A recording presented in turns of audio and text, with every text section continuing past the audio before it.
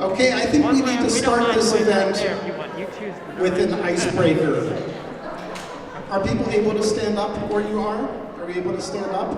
I want to have a moment to think about our elbows, a moment of appreciation for our elbows. We've been using our elbows a lot during the pandemic for greeting each other, right?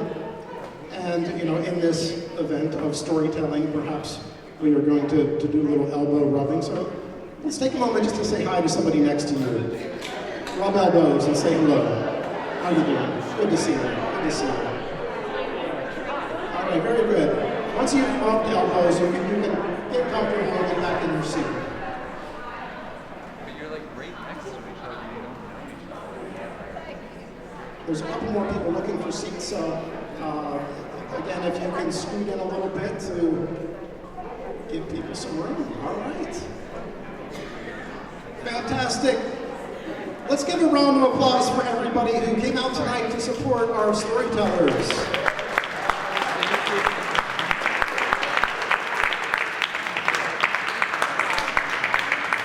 Thank you. So my name is Tom Sarver.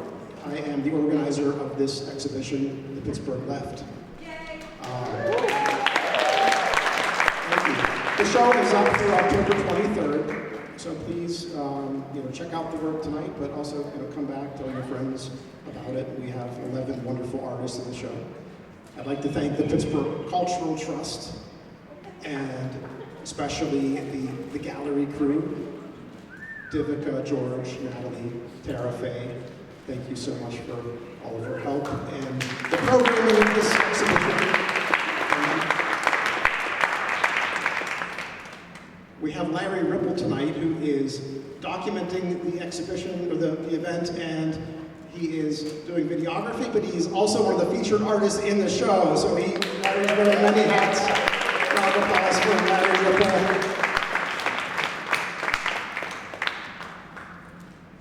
And I'd like to thank my wife, Kristen, who has been supportive of this all the way through, so round of applause for Kristen. Thank you, everyone. So I have known Joann Kielar for a very long time. We met back in 1998 at the Sweetwater Center for the Arts. I believe it was at a potluck event. And we quickly bonded over stories. And soon after that, we were invited to be jurors on a prestigious art show, the Carnegie International. No, I'm just kidding. It was not the Carnegie International. It was an Easter egg coloring contest at the mall. But we had so much fun. And we've done many events together over the years, puppet festivals and various art exhibitions. And eventually we did work together on the Carnegie International in 2013. Joann, myself, and my wife Kristen were involved in a performance for the opening of that event back in 2013, doing a puppet show. So let's give a good round of applause for Joann Kielar.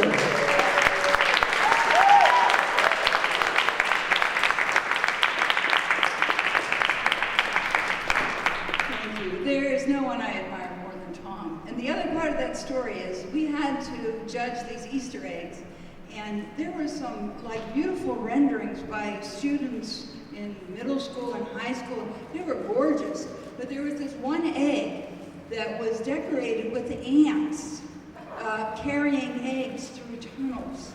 And Tom ignored all the beautifully rendered eggs, and he said, "That's the winner." And I knew this was somebody I wanted to be friends with. The rest of my life, I was so proud of his choice. It took some guts, but that's the one he picked, and that's what we went with. So I can't say enough good things. Let's clap for Tom.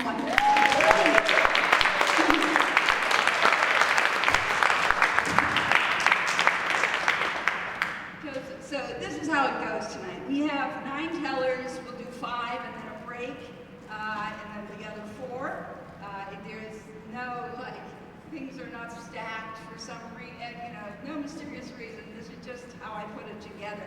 So if you're in the audience and you're one of our presenters, when you hear your name, just come on down. We're ready for you. We have some slides that go with our various stories, so you'll notice those over here. If you'd like to see more of these things happen, and whenever they do happen, if you'd like to know about them, we have a mailing list. Put your email on there in case a Facebook group emerges or whatever. Let us know where you are and how we can reach you, keep you involved. And we have a little break, and there are some snacks. You probably noticed that. My grandkids noticed those snacks the minute they walked in there. We also have a prompt today, so that everyone can be a little bit of a storyteller. The prompt is, only in Pittsburgh can you, and then you fill in the rest. We put it in the little tin that's sitting over there during the break. So you think about that a little. And we have a promptologist with us today. And that's Kristen back here. She is going to read your prompts at the end. So a hand for our promptologist.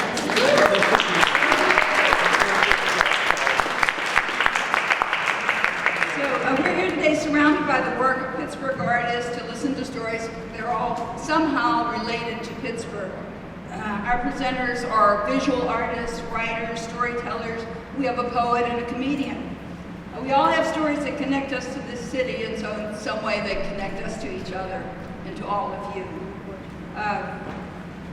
Maya Angelou, one of our nation's finest tellers of stories, once said, "There is no greater agony than bearing an untold story inside you." Tonight, people get to share some stories that they've carried inside. By and large, lighthearted stories tonight, but no less valuable for that, and full of heart. These are fine stories. So sit back and relax and enjoy. And I have the unenviable position as the MC of being the first storyteller. So walk out in.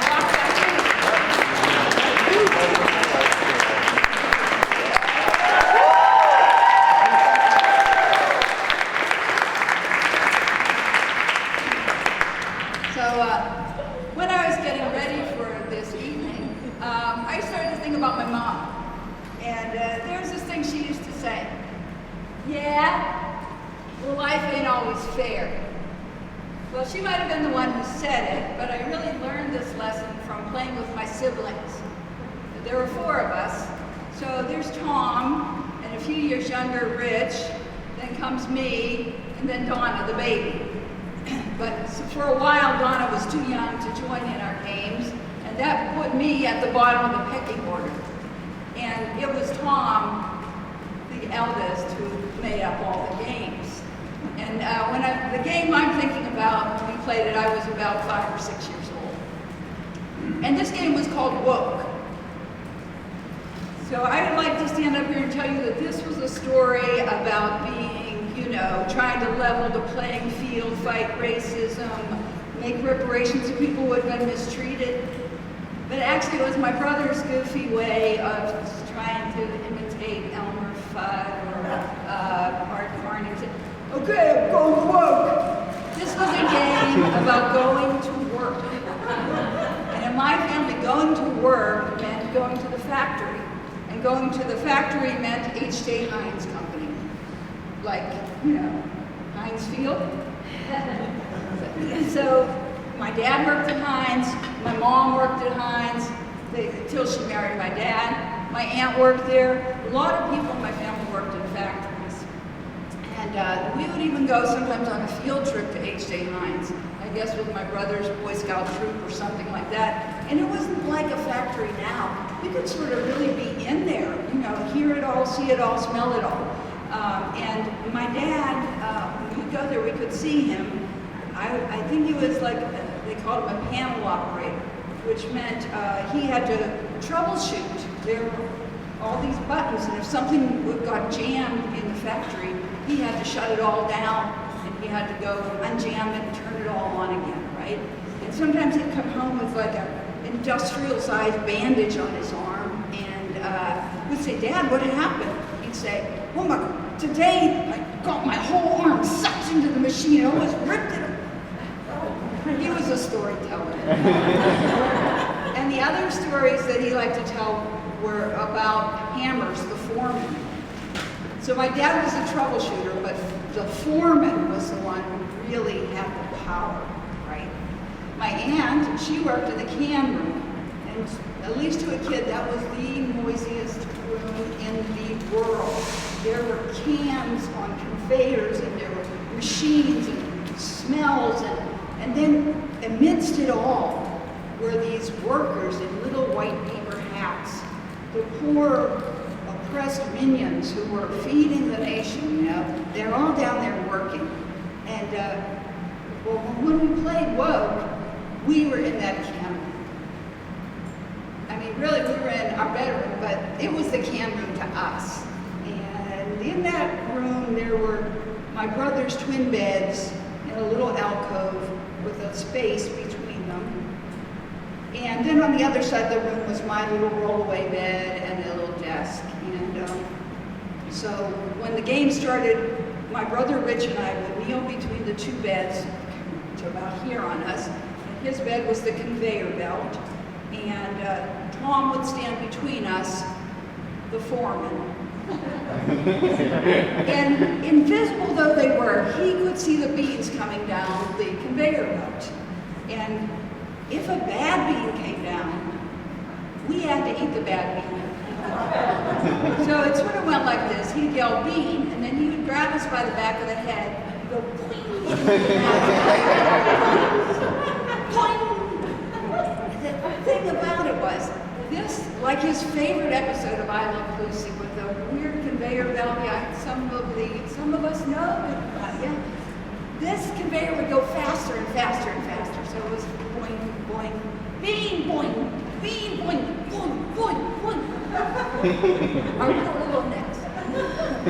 So you think we would have walked out. You think we would have rebelled against this foreman, but no, we loved it. We reveled in it. We laughed our asses off. Until somebody got hurt. I was the youngest, and I was the crybaby. So it was me. Now, my dad might have been the troubleshooter at work, but at home, it was my mom. She would throw Donna over her shoulder and come up the steps and say, "What's she crying about now?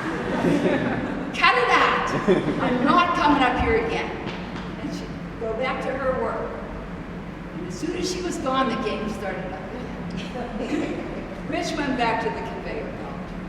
But I got a promotion. I was sent to the ketchup department, which was the little desk across the room.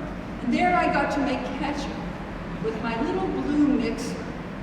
Sometimes it even had batteries that worked, and even the mixers went around. There was a little yellow bowl, and I was promoted. I mean, I ran the ketchup department. But from where I sat, I could still see my brother on the conveyor belt. I could still see him laughing. And there I was, some weakling in the ketchup department. I mean, I was shoulder to shoulder.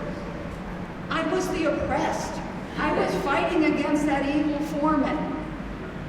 I had a community. I mean, what happens to the oppressed when they're not oppressed any longer? I was lost. I just wanted to be back. And not only that, because I was the youngest, and a girl, I knew that neither I nor my sister, when she came along, would ever be foreman. That's what I'm here to tell you today. Once again, my mother was right. Life ain't fair.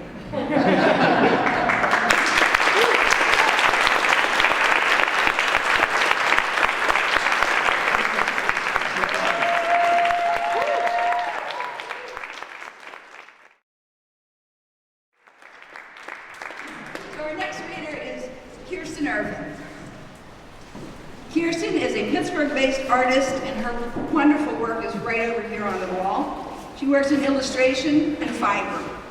Her large-scale portrait projects have been featured at Unsmoked Systems, Kelly Strayhorn Theater, and the Pittsburgh International Airport.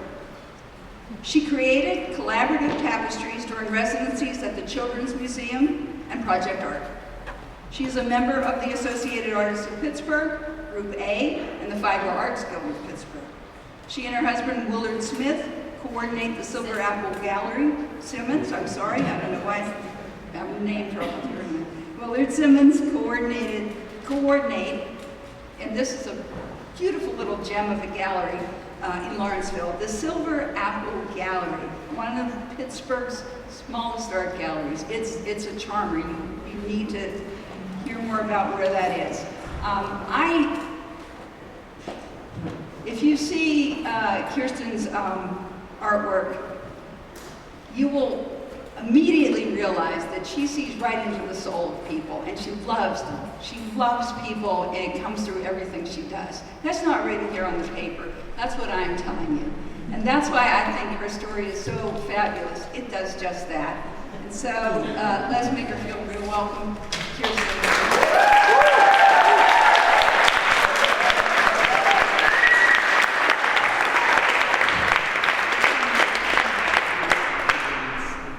I'm going to speak up. Can you hear me? All right. I also need to move around a little bit when I talk. So, hello everybody.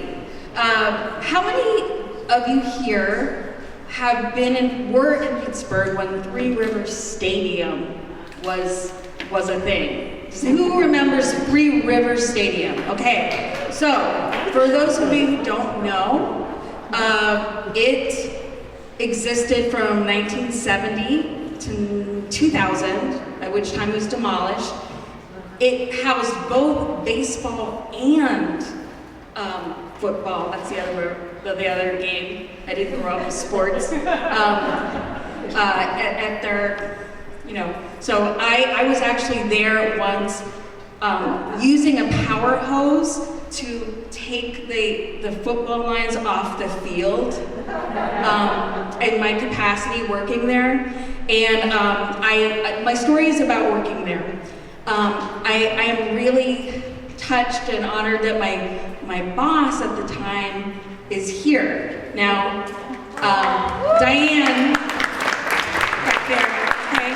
So I was a job coach, and I was a job coach for folks with disabilities, and it meant I worked everywhere. I mean, I trained blind dishwashers at Pizza Hut. So this is a story about one of those experiences. And here goes. So imagine I'm like 22 and about 50 pounds lighter, really, really cute, okay? So I leave, it's about 10 at night, and I leave my apartment in the Mexican War streets and walk to Three Rivers Stadium. It's really dark out. It's late summer, the air is warm, but it's kind of crisp, so it's like perfect night for a football game. And as I get closer and I see this steady trickle of these, they look like bumblebees, black and gold people stuffed into their black and gold outfits, trickling out, like coming out of the hive. And, more and more of them come out, and depending on what night it is, it's, they look elated or depressed or just drunk. And so, this stream of people gets larger, and they're making their way home, and I am there at the stadium to work the all-night garbage shift, the graveyard shift, from 10 in the evening till 6 in the morning. And I enter the place and I try to forget that I am literally the only woman there, and will be all night. So, I'm inside this big concrete donut, and it's a little lawless. It feels a little lawless inside, like just anything could happen.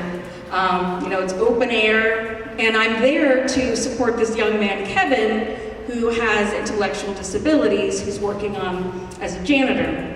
And as a job coach, what you do, no matter where you are, Pizza Hut or Kaufman's Collections Department or wherever, the stadium, you learn the job, you work it alongside that person, you track their progress, and then gradually fade your support. And so I'm there, and you know, this is what it looks like after a game at the stadium, just so you know. Well, you know, it feels like a coliseum almost, especially like everyone's gone, all the sports fans are gone, and it is like rivers of beer and cheese, dotted with like open containers of half-eaten fried food.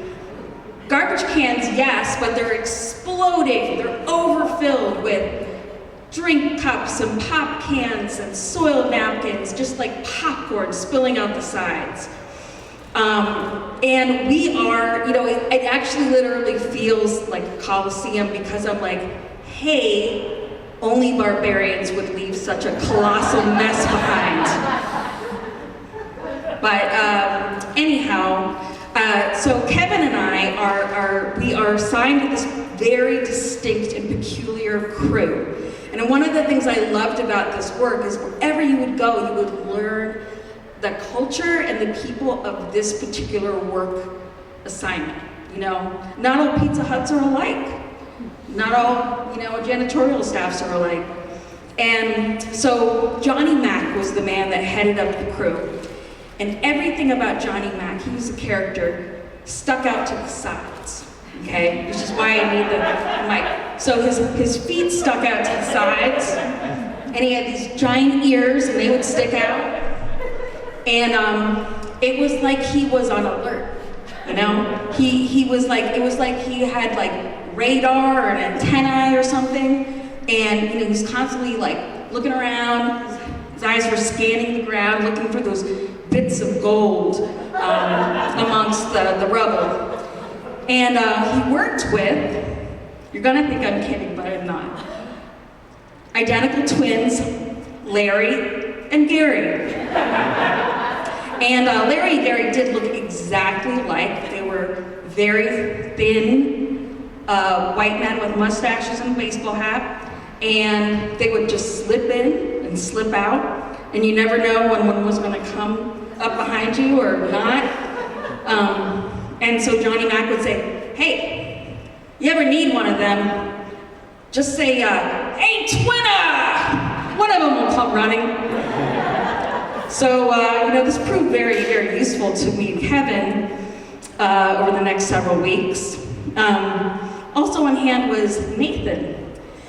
Nathan was very good looking. He had dimples and sideburns and muscles. And despite his movie looks, he was very childlike and innocent and, you know, consistently trying to impress me with lines like, hey miss, I'm so strong that I stuck my entire hand inside a toaster and I didn't even get hurt. And I'm like, it's tempting, but I try to ignore his offers to take me out on a date. So, I'm not saying I didn't think about it. So, you know, this crew, we make our way around, the 6 of us, and here's our routine. So we have this rolling garbage bin. We stop, we park it at a certain place. We gather up all the bags, tie them up, throw them in the bin. We scoop up all the garbage that didn't make it into bags or cans, put those in bags, tie them up, throw it in the bin, and then we get the mops out and make our way through this river of pop and ketchup and beer and cheese. All the while, Johnny Mac is scanning the ground. He is looking for empty packs of cigarettes because he's hoping that they have, and people who are alive at this time remember, Marlboro Miles or Camel Cash, which were money-like coupons you had that you saved up, and you got special merchandise from the tobacco company. So Johnny Mac didn't smoke, but that did not mean he wouldn't enjoy a Joe Camel necktie or Marlboro Man beach towel because, and sooner, like, we all became looking, it was like we were all looking, oh, I think I see one, oh no, that's just a napkin. So it became a way to pass the time, and it became kind of this fun thing to do. And just like sooner or later it was over, and it turns out Johnny Mac was also a very skilled scavenger. So one night he says, hey, there are not shrimps, there are scrimps up on the money floor. They're really good with ketchup. And so Larry and Gary scurry off to check that out, the luxury boxes, to get the scrimps. And then he also tells me all the other things he scored over the years, that he actually got an 8-track tape player and 8-track tapes in the 70s, and he is still, years later, combing thrift stores for 8-track tapes. So, anyhow, so one night we're going along, and this man comes out of the bathroom, and he's one of the workers, and he's like, hey, look what I found, it's a bat! And lo and behold, he has a potato chip bag, and pinched in either, both of his hands. He's holding it up to the light for us, and sure enough, through the light, we see this tiny winged creature writhing. Johnny Mac said, what you gonna do with it? The guy says, I don't know. Show people, I guess. So he wanders off looking for new audiences, and we hear in the distance, hey, look what I found! It's a bat! So, in any case, there were a lot of guys that cleaned the bathrooms, and then there were some folks that just hung out in the bathrooms for way too long. And I kind of got the idea they just weren't giving a really extra good clean. Because every once in a while someone would wander out kind of glassy-eyed, stumbling, laughing, looking for their mop and bucket and the rest of their crew. And I was trying to keep Kevin away from stuff like that because Kevin was right out of high school. He had a disability. He was an easy mark. So I was like, Kevin, just stick with Johnny Mac. Just whatever you do, stick with Johnny Mac. And Kevin was delightful. He was about 21 and very willing to do a good job and follow directions, but also prone to a lot of silliness. And, ma'am, Miss Kirsten, I want to let you to know that if you ever fall down the garbage chute, I am going to come rescue you. And I was like, you mean you would jump in there after me and come get me? Oh, yes. So, seeing me laugh, Johnny Mac's like, hey ma'am, I got a joke for you. I was like, well, what's your joke, Johnny Mac? Ask me what's up. Okay. What's up, Johnny Mac? Hard-ons and helicopters. Hard-ons and helicopters. And of course I laugh. It's starting to get light outside, so I wash up and say goodbye to everyone and make my way home. And of course I am just like tired and smelly, and I'm longing for a shower and bed and sleep. And I'm just wandering home, kind of bleary, smelling like all that garbage. And I just start singing, scrimps on the money floor, scrimps on the money floor, scrimps on the money floor, scrimps, scrimps, scrimps, scrimps. When you say scrimps, I say money floor. When you say scrimps, I say money floor, scrimps, money floor, scrimps, money floor.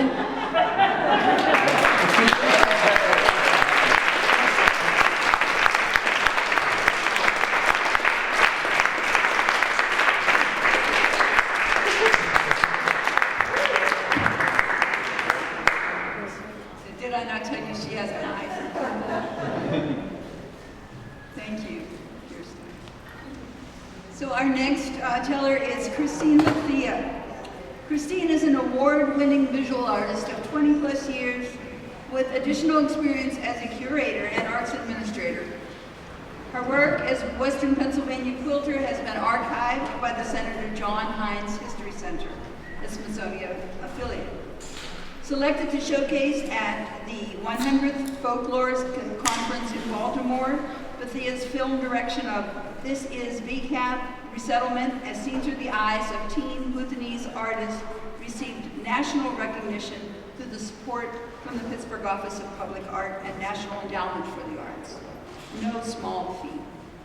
Bethea is a popular teaching artist rostered by Pittsburgh Center for the Arts and Media, whose mediums include fiber, painting, glass, ceramic, and mixed media and videography. She currently serves on the Board of Contemporary Craft and is president of Women of Vision Incorporated, an historic African-American visual arts organization located in Pittsburgh, PA. You can see one of Christine's pieces on the screen with the clock, and I don't know how she has time to tell stories too. I'm just blown away by your accomplishments, and I have heard that she's a very entertaining storyteller on top of all that. So please, a warm welcome for Christine Bethea.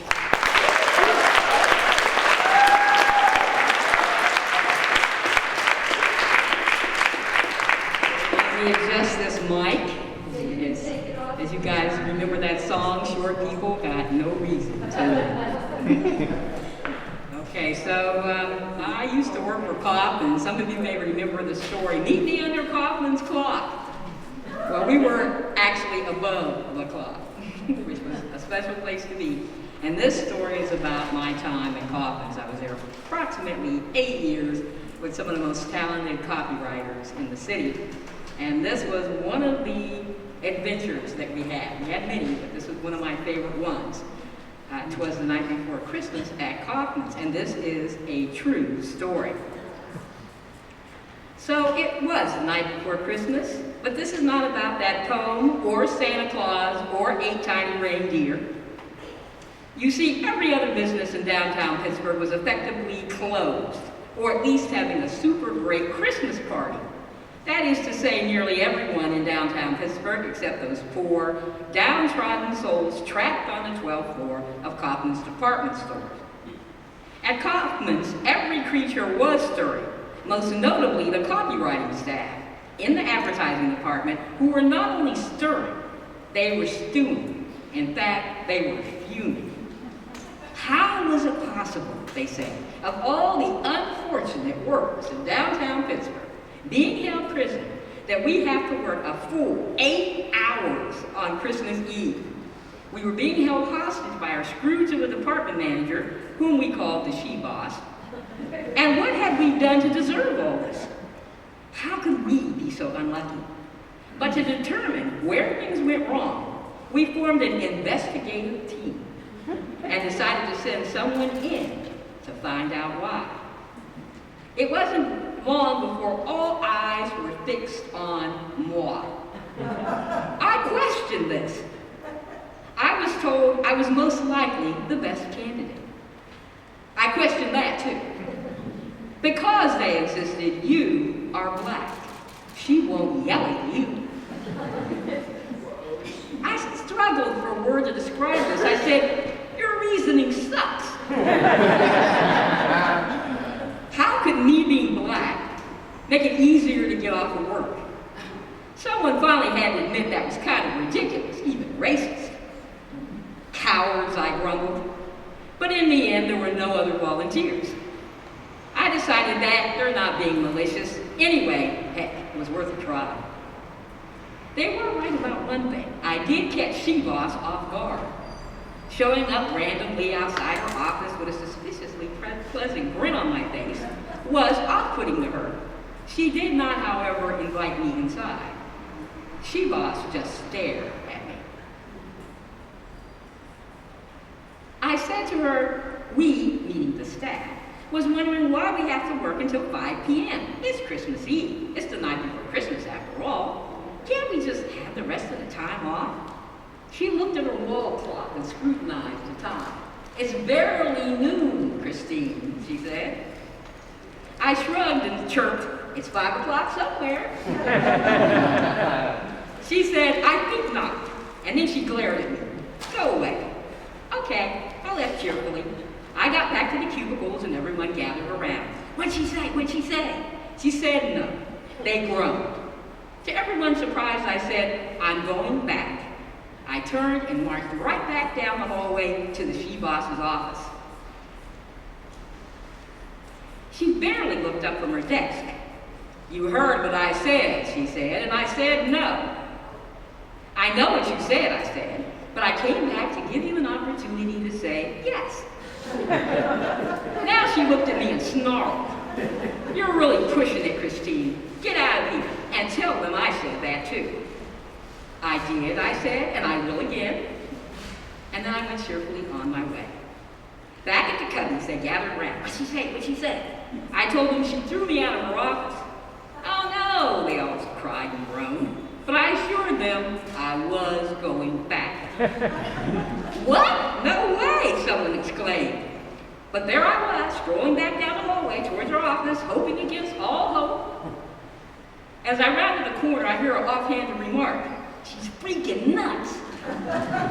I must have been, because there I was, back at she-boss's office, and I said brightly, hoping for encouragement, which I didn't get. I said with optimism, "Can't we go home early? It's Christmas Eve. After all, it would just be really, really nice to go home." I could tell she wanted to slap me, but she opted for diplomacy. That was nice, considering.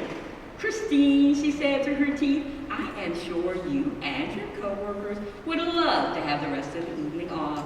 "So would I," she lied. "But these ads have to get done, and you are copywriters, aren't you?" Well, she had me there. I blinked a couple of times, and I left. As I walked back down the hall, I saw a crowd had expanded from the original group.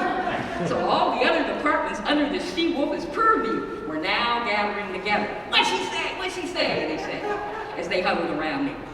I said it didn't happen. There was a huge collective groan. But, and I chose my words very, very carefully, I believe I am wearing her hat. Well, some person said, "Oh my God, you're going back in." I said, "Yes, I am going back in." And I said that I think this time we might get some results. A few people actually gasped. A few started clapping, and that's all I needed to keep me going. The she-boss was watching the door as if she expected me to show up, but was horrified at the fact that I actually might go on. "Knock, knock," I said, without actually knocking. And I walked right to her desk this time. "Why are you doing this?" she yelled at me, like I was really, really doing something bad. Okay? Like my happiness and persistence was like annoying her, like why would she think that? She said, "I keep telling you no, and you keep coming back.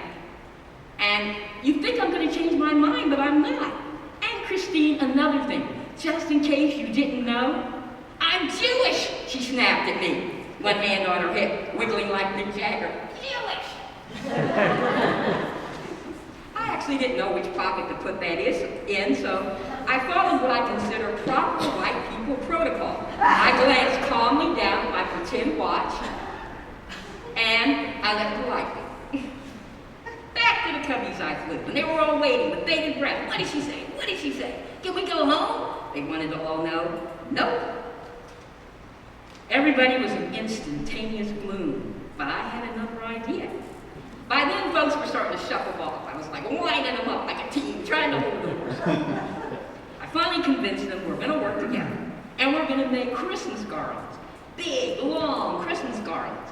So somebody from the display department went and got a bunch of red and green paper. And you guys remember doing this when you were kids, cutting those strips, looping them together like this until we had long, long Christmas chains. And then we formed a line and wrapped them around our necks and linked ourselves together until every single person was linked together. Then we went to visit the she-boss.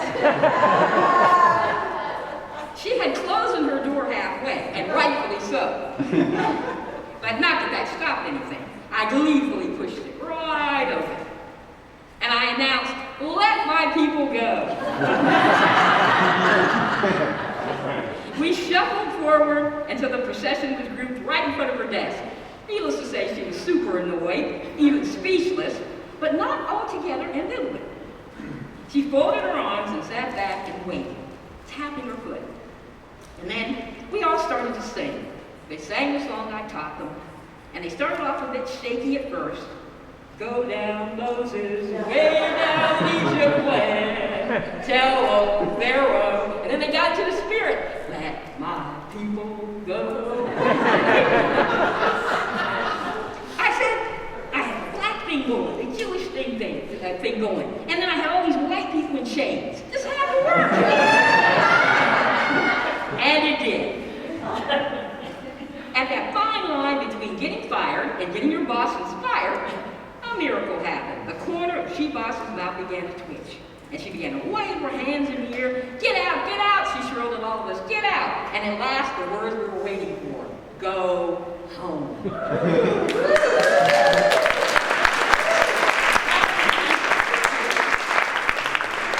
The chains broke.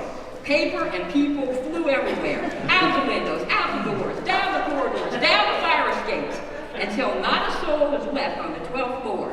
Not one person but me and the she-boss.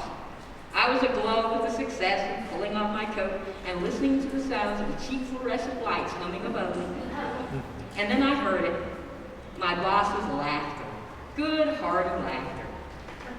And you've got to say that laughter is indeed the most joyous sound of the holiday season.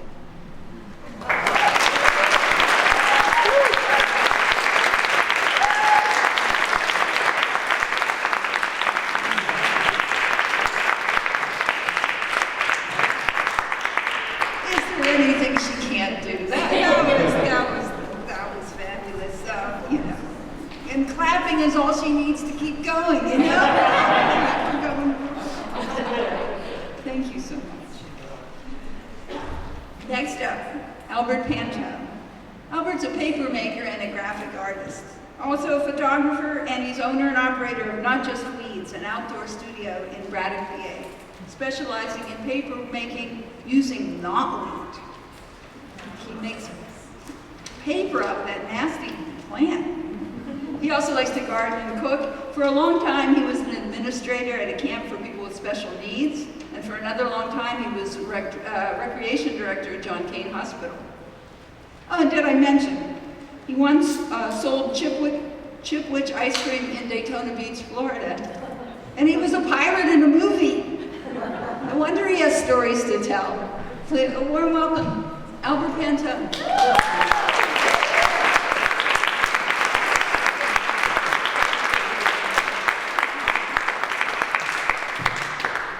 Everybody.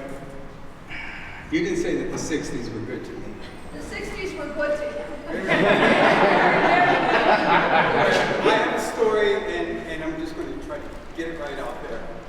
Just looking at everybody here. Good. So, it was December 16th, 1971. I was 16 years old, and the talk radio woke me up on a Thursday morning, WDVE. Told me that the Christmas Shower of Stars show with Yes's first graduate album tour, along with Edgar Winter White Trash Band at the Syria Mosque, sold out. Sold out show. So I said to myself, man, I wanted to see that show. I saw a lot of concerts in high school before that. So I walked to my bus stop. I lived in Sharpsburg. Walked to my bus stop and I saw my friend Gary. And I told him the bad news. And he said, yeah, we should go anyway. Said, how are we going to go? It's a sold out show. Because maybe someone will give us tickets. Okay, I agree. So later that night, we jumped in Sharpsburg, we jumped on the bus. Back then in 71, you got the Butler Street bus. To get to Oakland, you got the Butler Street bus all the way down to 34th Street in Lawrenceville to Doughboy, get a transfer, go up Penn Avenue to 5th Avenue, made a right on 5th Avenue, and it takes you to Oak. So we went up there in Oakland to the Syrian Mosque. Everyone knows where this was. And the Syrian Mosque. Anybody remember the Syrian Mosque?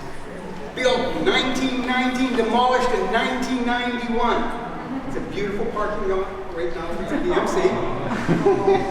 Right, the Syrian Mosque president spoke there, band spoke there, musicians, Charlie Parker, so much history. But the place was a palace. It had sphinxes, it had these bright lights. When I walked into that place, I didn't feel worthy at all. I felt like Aladdin in the palace. I felt like a street rat. Well, I'm from Sharpsburg, so I felt like a river rat. So there I was in the Syrian Mosque. My friend went up the steps to the box office, Gary, and he said, Yin's got tickets. Just like someone would say, Yin's hiring. Yin's got tickets. And the guy said, we've been sold out. He came down and said, we're sold out. So we stood out there, and there was no one around except maybe like 8 people standing around. And you can hear the music through the walls of the Syrian Mosque from outside. So we decided to walk in the back of the Syrian Mosque to relate. We did a lot of relating back then. So we went back there and we related a little bit. You could hear the music. And there were panic doors. Now, I'll explain a panic door to you, but if you're in a gymnasium and you see those big doors with the bars, you push them open, double doors, right? Panic doors. They had some panic doors. One guy, there's about 8 of us, one guy said, I bet we're going to pull that door open. See, a panic door on the outside has a steel strip that covers the crack. So we all dug our fingers. Except €1 because of Renell polish, she wouldn't. We dug our fingers in that crack. And we're pulling. And I felt those hinges pull us back. Like, I'll be able to do this. Someone says, try it again. Let's try it again. So we're all dug in there. We're pulling. And someone said, yank it! And we yanked it. And the first thing I recall was, the music got louder, and there were these big, long, vertical shafts of light. And someone said, hey! And it wasn't like a teen's voice. And I ran straight to the light, and ran right through the light, pushed soft panels aside. First thing I saw was the back of the drummer. Beyond him, everybody in the audience was standing up. The house lights were on, all the stage lights were on. I went straight on the stage. People started going left, right, and center. One guy dove into the audience. This was before crowd surfing. He was like, dove right in. Edgar Winter was on saxophone, like right there. He has a binoism. He stood right out on all those bright lights. And there were little stairs. So I just ran down those little stairs, turned right around. Great show, right? I was just enjoying this show, and it was over. The show was that. Thank you, everybody. Good night. They left the stage. All the lights were on. People start mingling. Found my friend Gary. The lights flickered. And that shows yes. People start filling in. There were no seats for us. It was a sold-out show. So we did. Looking around, went up to the top balcony, all the way to the last seat. We squeezed in between the wall and some guy's armrest. And I was making sure my head was as long as their heads. And I'm sitting there, and here it is. I was waiting for this band because of all the relating too. And the guest came out. There was like a green and orange shaft of light. And here's this guitar player, right? And I just thought, I'm sitting there saying, you know, I feel like a street rat in this place. But when you come here, reeking of pot, perspiration, and patchouli oil, and all those freaks come in there with you to see a show, and those lights go out, and your performer is out there on stage, you own this place. It's your place. Thank you.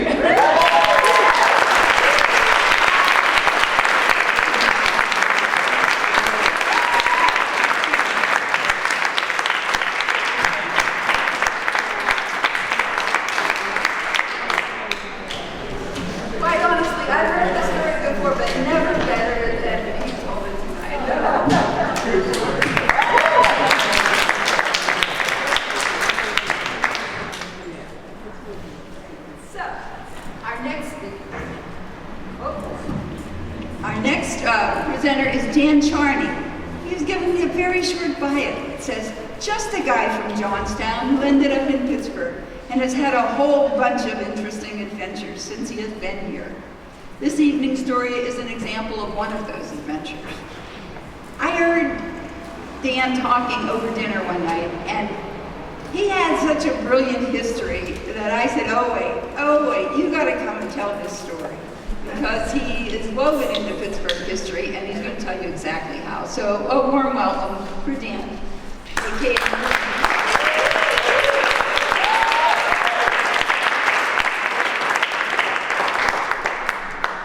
My energy level is not what you've seen in the past couple of presentations. I opened the first all-used record store in Pittsburgh in 19... Louder? I get closer? Oh, all right, this is good. Okay, I opened the first all-used record store in Pittsburgh in spring of 1977. It's 45 years ago, and it really seems like 45 years ago. In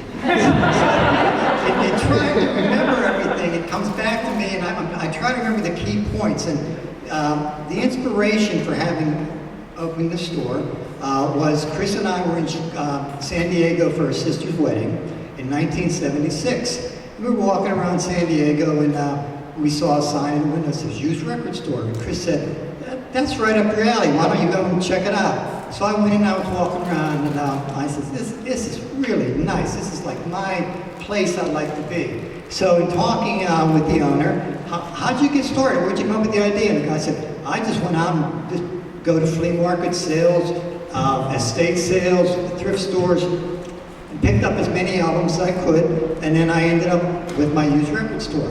And I thought, wow, this is what I want to do. So when we were leaving, Chris said, how'd you like it? I said, I'm planning my next adventure. Now, I don't have chapters. This is the chapter of my life. I have adventures. I go from adventure to adventure. So this was going to be the adventure of a used record store. Now, all it is used records. Now, back then, a new record cost maybe $4 or $5. So I thought, you know what? People are just dumping this stuff, and I thought I can do the same thing. I can go out and buy used records and open a store and go from there. So what happened is I had a guideline I called the Q&Q guideline. What I was dealing with was quality and quantity. I had to come up with my 800 albums to open the store. So I would go to, every Sunday, I'd hit 2 or 3 flea markets in Pittsburgh and surrounding areas. I hit estate sales, I hit garage sales, neighborhood sales, thrift stores, and I'd be buying albums in quantity. And again, Q&Q, because I knew what I liked, but I knew also what was popular for other people. And again, when you're buying record albums in quantity, you're looking, and most of you know this because I can see we have a very smart flea market crowd here. If somebody's selling a box of albums and they're telling me the box of albums, each album's $1, and maybe there's 50 albums in that box. So what I end up saying to them is, you know, what's the best you do if I take the whole box? And they'd say, well, maybe $30. And then I'd say, you know what? I have a 20. Would you give it me for 20? And they go, yeah. And you know, the smart shoppers among us know at the end of the day at the flea market, you can get anything you want because nobody wants to take anything home. So the smart, and I see them smiling out there in their eyes. When this guy's in the flea market, he knows what he's doing. So what happened is by February of 1977, I had my 800 albums, and I used to hit railroad salvage stores. You don't see them around much anymore, but I ended up picking display cases for record albums, and I picked up 3 or 4 of them to hold the albums. So now I had my albums. Now I just had to find a location where I was going to open the store, and there was one on South Bouquet Street, a little hole in the wall, and I thought, wow, this is meant for me, the price is right, so I started the wheels in motion.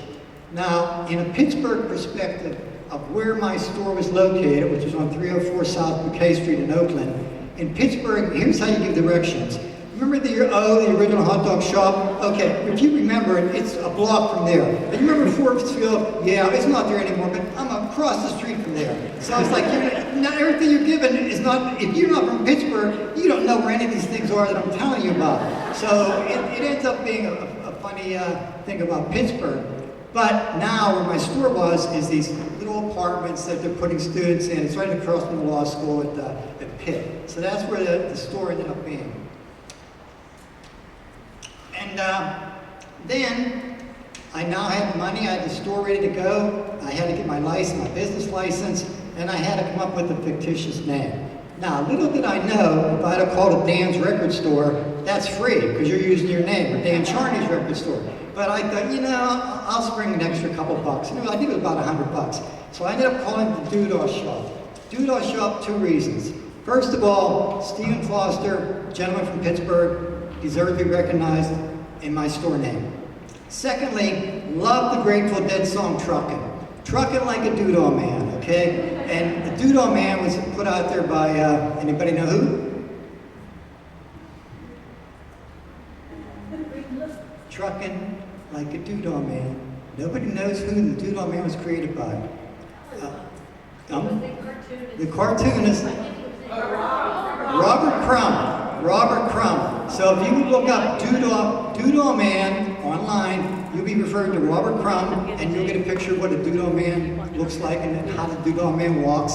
So that's the time we're talking about here. So there's the name of my store.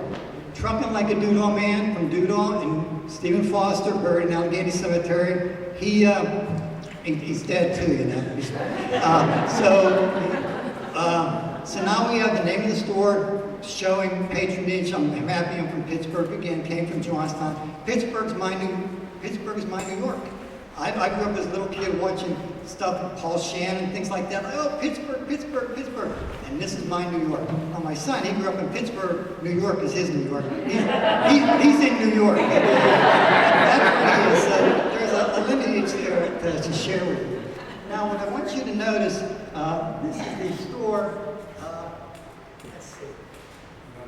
No, I went to one before that. Okay, this is the store. And this is the front door into the store. Very frugal on the store. 2 doors. The gentleman standing up. Albert is a young guy. And his brother, my wife's brother, and a friend, Bill Akers. So what we have here is, this was such a cheap, frugal, I'll say frugal, not cheap, a frugal adventure. And what happened is, I started out with, this store had it was a no store. No windows. It was a piece of particle board covering the actual only window in the store. I had no phone involved with the store. And if you're running a used record store, the last thing you want to have, believe me, is a record player.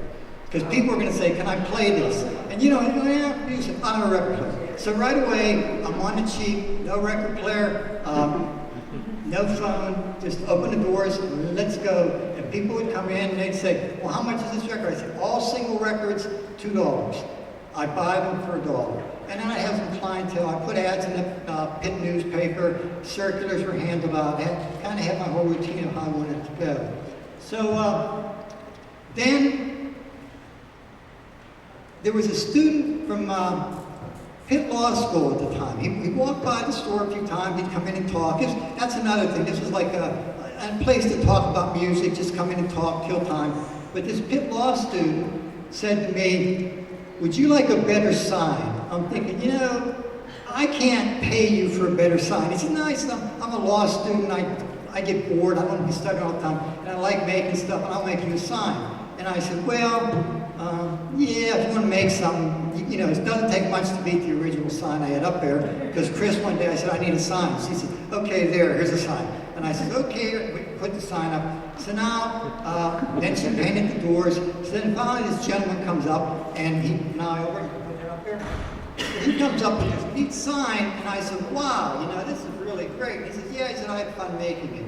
So I said, okay, thanks a lot, and I forget the gentleman's name. Now, here's the funny part. Next one. This is what the sign looked like. Real classy sign. You know, the guy was great. He's a law student. I have no idea what his name was. I don't remember it, 45 years ago. But this sign is now in the Heinz History Center archives. I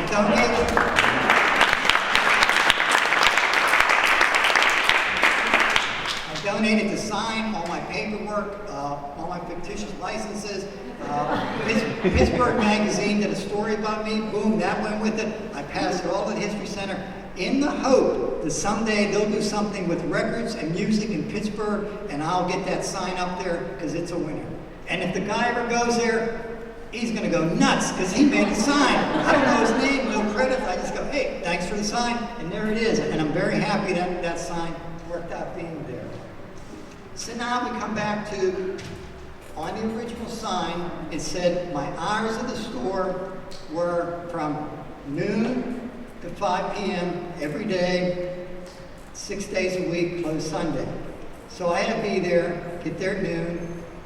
People would come in, I'd buy records from them. But the bummer is, on the weekends, I'd spend Saturday mornings going to garage sales, flea markets, everything on Saturday morning. And Sunday, hit those flea markets, hit everything. So man, what a loop. You know, I was getting any rest. And I don't know, friends and relatives of yours, you ever heard this story? When you make your hobby your business, you don't have a hobby anymore. Your hobby's your business. So it's like suddenly music, you know, I mean, it was like, I love music, I love records, but I was just getting overwhelmed. It was so tiring. I'd be there and I'd be talking to people. So then I started wearing out. And then one day, this gentleman came into the store, and he was looking around. He bought a few albums, and he said, "Did you ever hear mega stores?" I said, "Well, what's a mega store, you know, in regards to music?" He said, "They're just a store. It's a store that has gigantic space, and they have all this product they're selling." And yeah, you're calling records product. Okay, I'm not going for that right away. But he starts talking about all this stuff about this store. He says, "In Bethel Park, we're going to be opening a store called Peaches." And he was an assistant manager, and I said, "Oh, Peaches, what's Peaches?" He said, "Well," he said, "it's a large chain." He says, "Tower Records is based out of San Francisco. Virgin Records was in London. There are these super record stores, super music stores." And he said, "We're looking to hire some staff." So I said, "Boy, that sounds interesting." He said, "Well, why don't you think about applying?" So I said, "Well, let me think about it." Meanwhile, I'm thinking, okay, I'm killing myself always going to these sales, getting stuff. Winter's coming. Yeah, we're in Pittsburgh. We don't see flea markets in December. We don't see garage sales. We don't see neighborhood sales. You know, so it's like, yeah, it's really something to think about. You know, and I was enjoying my job, my own, and I was the sole owner, so I was quite busy doing stuff. And I thought, you know, I'm going to think about this. So what it amounts to is I drove out to Bethel Park. I bumped into him. He says, "Hey, you decided to apply?" He says, yeah, I'm kind of interested. He said, "Well, let me ask you some questions." We talked about music, and he says, "We have an opening for the head buyer in the Pittsburgh area with this store." I said, "That's okay." I said, "Let me think about it." And then I said, "You know, I think I'd like it." He said, "Well, let us talk about it." So I drive home, I get home, and Chris said, somebody called, "You got a job, you got a job." I said, "What do you mean I got a job?" She said, "You're the head buyer." I said, "What? The head buyer where?" She said, "At Peaches." I said, "Whoa, this is great." So I says, here's the transition. I went from being the guy in the shop to a store. There was a superstore. There were 20 people who worked there, day shift, night shift, night manager, day manager, and I had my own office, and get this, I had a secretary. Secretary. I said, "This is great." And guess what? Income. I had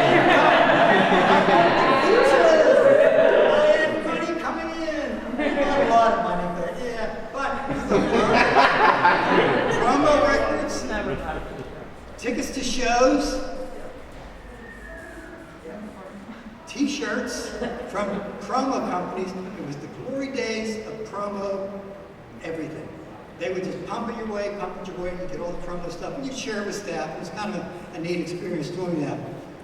But, so when I started Peaches, I said, well, I'm going to have to close the store, and I'm not happy about this, but, you know, I got to do it. Now, there was one customer I had, one acquaintance I had, he was postman, okay? He'd come in, I had no mail slot. He just would say, hey, here's your mail.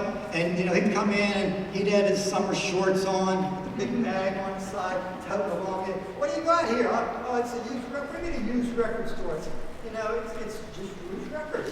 And he'd look and say, oh, well, how'd you do this? How'd you find out about it? And I said, well, I told him I was in San Diego, and told him how the whole story came about. And he said, this is really fantastic. This is a neat concept. I like this idea. So I said, well, if you want some, it's $2, anything you want, And then he'd buy something. And then, the mail guy comes around 6 days a week, so I'm always talking to him. And when he would come in the door, I had to greet him from I go, Mr. Postman. And, the song, Mr. Postman, I'm not going to sing this one. And he would call me Mr. Doodall. And I'm like, hey, we have a routine. So every day he'd say, how's it going, Mr. Postman? He'd say, oh, Mr. Doodall, pretty good. So then one day he came in and he said, how much are your 45s? I said, they're 50 cents each. He said, how much for all of them? He'd play. I said, you want them all? $50, you can have them all. So he pulls up in his car later in the day, he comes and takes all the 45s. I said, man, this guy must like 45s, because I had them, for sale. So when I was closing the store, I realized I was going to miss my Mr. Postman.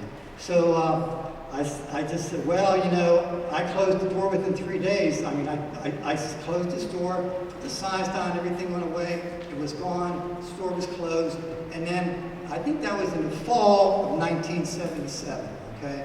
So what happened is, about in December of 1977, I get a call from Mr. Postman.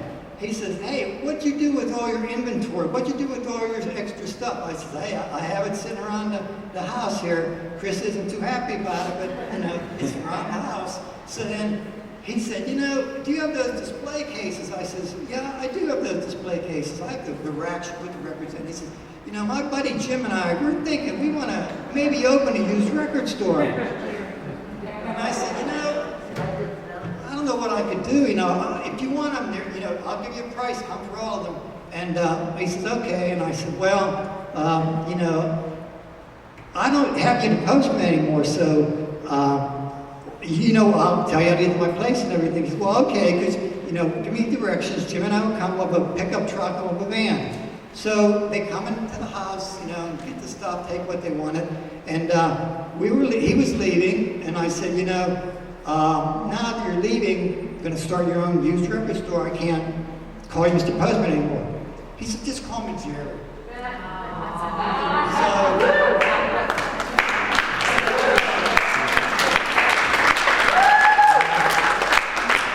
So Jerry, you know the story about, I shouldn't have to tell you about Jerry if you're from Pittsburgh, okay? But sad to say Jerry passed, but every time I would see him, I'd say, now, hi Jerry, how's it going? He'd say, Mr. Doodall. He wouldn't let Mr. Doodall go. So Mr. Doodall stayed with him. So enjoyed Jerry, and I'm sad he's no longer with us, but I'm glad he had his adventure in doing the used record store. Now, my next adventure with Peaches, as I said, hey, I had a secretary, I had a good life going there, and it was, working my ride from going from my area of town out to Bethel Park was no fun, it was quite a long ride. But the neat thing is, they do this thing called in-stores, okay? They would have artists who came to Pittsburgh, come to Peaches, and do an in-store. And you get people, we had Cool and the Gang come, they'd sign autographs and all that. So you kind of get into that as a neat experience. And then what happened one day is we had an in-store by the Motor City Madman. Now, and also more commonly known as Gonzo, and that's going to be Ted Nugent. So when you have Ted Nugent for an in-store, it's not signing autographs. Ted Nugent, his fans are not Cool the Gang fans.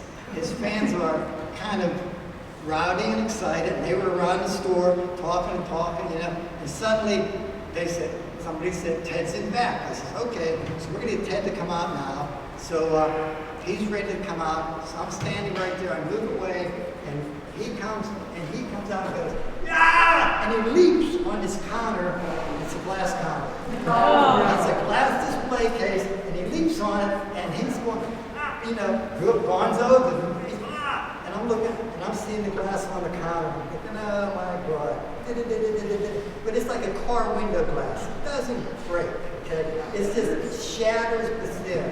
So then Ted Nugent, he does his routine, crowd goes nuts, and then Ted leaves, and they're all gone. And I'm thinking, I got to deal with getting this replaced and everything. So I did what I had to do. But this story's been around with friends, relatives, etc. My son Nate, the New Yorker, he gets so tired of hearing it. He said, Dad, you gotta tell that story again. I said, hey, it's a good, wine and dark chocolate. It's a good after dinner story, So what happens is, he finds this site called Cameo, where you can ask people questions, you pay them $100 or something, and they'll send you an answer to it. And he said, Dad, for Christmas I got you an apology from Ted Nugent. And I said, what do you mean, Nate? He said, here, when you open this up, and then Albert's page, Ted Nugent's apology to you.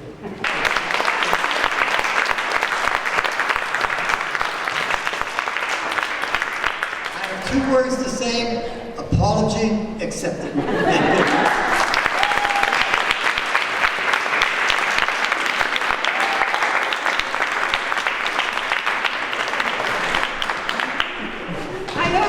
Worry too much about being up here tonight, because you did a bang-up job.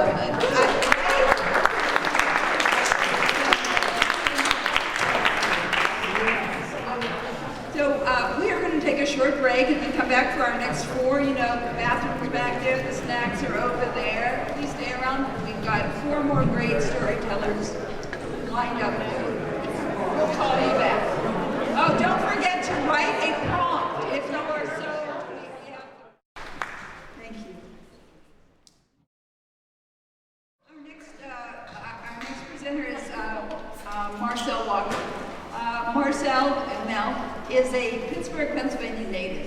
He graduated from the Art Institute of Pittsburgh, taught comic book production at the Pittsburgh Center for the Arts for 6 years, and is an award-winning graphic prose creator and authority on social applications for comic book art. He is the lead artist, book designer, and project coordinator for the acclaimed comic book series Chutzpah, Superheroes of the Holocaust, published by the Holocaust Center of Pittsburgh. He is the president of the board of directors for the Tien Museum, where comics are championed as a force for social good. His favorite fictional character is Superman, and given time, he can work that character into every conversation. In addition, he's just a great guy and a good friend, and so that a warm welcome again for Marcel Walker.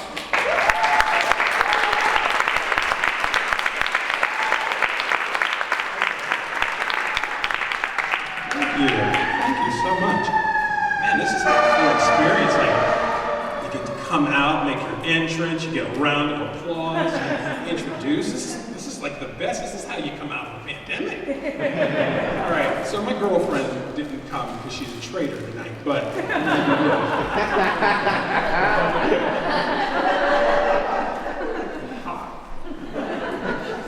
it's okay. She's heard all my dumb stories. She already knows everything I've done anyway. So thank you to Joann. Joann, I missed her so much, and there's so many faces I see here from, we had our page readings that we used to do up through the pandemic, and unfortunately that stopped there. But there's so many of you I get to see here again. I have missed you, I've missed your stories, I've missed your energy, I've missed your influx. There's other people, it's Pittsburgh. There's so many things I could talk about that are so Pittsburgh-centric. The fact, I always say Pittsburgh is like 2 inches across, and you just know everybody everywhere, and like that's generally great, but that can be a little bit of a pain sometimes, because sometimes you just want to get your coffee and go home. But it's lovely to actually see everybody out tonight and have a chance to talk. And thank you also to our readers who already spoke, because you're great, and the ones that are coming up, I know they're great too. So I just like getting my props out before I jump into stuff. So I'm going to tell you right now, so this is something I have read before, but it just felt right for tonight, and I had to update it like within the last couple of days, I found out something like, that was the story I must have chosen to read today. So, you're going to hear it, I'm going to tell you, it is called The Ant That Climbed Kilimanjaro. I know, I like that title too. September 1994. On the first morning my family spent in our new rented house on Chesterfield Road in Oakland, some neighborhood kids set our trash on fire while presumably on their way to school. This is how we were welcomed to the neighborhood. I have no idea if this was some sort of hazing ritual or rite of passage, but if so, then I presume we passed the test. All of the other fires we managed to put out over the next 13 years were contained mostly indoors and within our family dynamic. My family, my mother, 2 younger sisters, and me, moved there because at 23, I was working 2 jobs and paying the majority of the bills as the breadwinner. We'd previously been living in Penn Hills and none of us drove, so I needed to be closer to my jobs in downtown and Shadyside respectively. Oakland was relatively equidistant and made my commutes by bus easier. On Chesterfield, we found a house that fit us well. But on the many days preceding and following those bus rides, I traveled down that steep, hilly, bumpy street by day to return well after sundown, ready to collapse. Because my family had migrated around Pittsburgh over the years, I tend to associate different streets with specific parts of my life. Armandale Street on the north side brings to mind catching fireflies in the summer and playing with the neighborhood kids. Shady Avenue in Squirrel Hill makes me think of the abundance of energy I had in my late teens while attending art school. I associate Chaskey Street in Penn Hills with being beyond walking distance from the places I wanted to go, and several ridiculously snowy Pittsburgh winters when we got snowed in. And Chesterfield Road makes me think of working, which felt like all I ever did for years on end.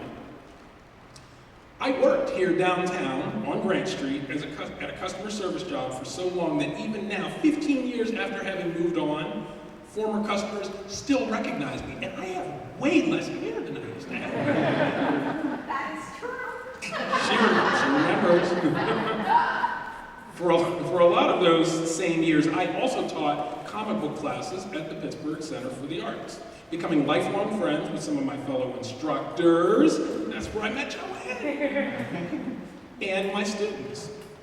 Most importantly, the scarce free time I had was typically spent attempting to make inroads into the profession of being a professional comics artist. I was young and focused and energetic, but over time, all of those trips up and down Chesterfield Road began making me tired. My family had endured numerous separations during my childhood, with CYS intervening repeatedly to place my sisters and me with relatives and foster families. This eventually caused something to click inside all of us, keeping us close together well after most families have gone their separate ways. Now, as the de facto head of our household, the Virgo, the ENTJ, the firstborn, the man of the house, the one with the biggest personality and the one with all the jobs, I was compelled to make a life for my family that was better than what we'd had before. It took tremendous effort, but I was able to lead our family in a joint effort of getting free from Section 8 assistance.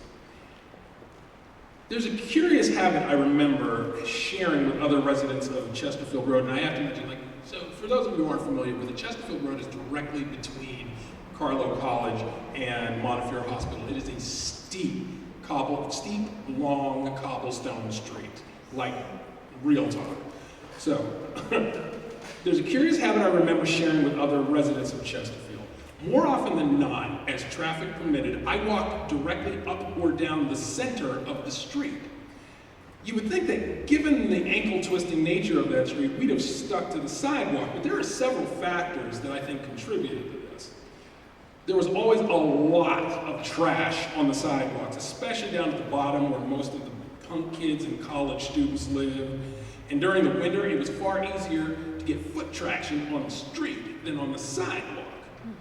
Through snow, sleet, rain, or hail, sometimes all on the same day, I wore deeper grooves in Chesterfield's cobblestones with each trip to and from work. But the progress was slow, often imperceptible. At times, when I was returning home after especially depleting days with customers and with students, Chesterfield Road almost felt like an antagonist. Walking up its cobblestones after 16 hours on my feet, the gravity felt heavier than anywhere else in my world. I wasn't making inroads as a comic book artist or writer, and even encountered a couple notable setbacks. This weighed on me heavily. After years of pulling myself up that hill, I wasn't just tired anymore. Now I felt weary. But I had dependents, so I had to keep trekking back and forth. I imagined my life's journey to be like that of an ant attempting to scale Kilimanjaro. Then one day, with that thinking in mind, I was motivated to do some math. I counted the mirror-like duplexes lining my street from bottom to top, where we lived. Then I figured out how much distance I covered walking uphill from work each night. Then I averaged it out per week, then per month, then per year, and added it up. Then I looked up what the actual height of Kilimanjaro was, from base to summit, so I could compare it to my total mileage walking home from work. Through all of these uphill journeys, night after night, had I actually scaled the mountain without really trying? Yes. In fact, over the course of 13 years worth of scaling Mount Chesterfield, I'd actually reached the summit of Kilimanjaro over 140 times.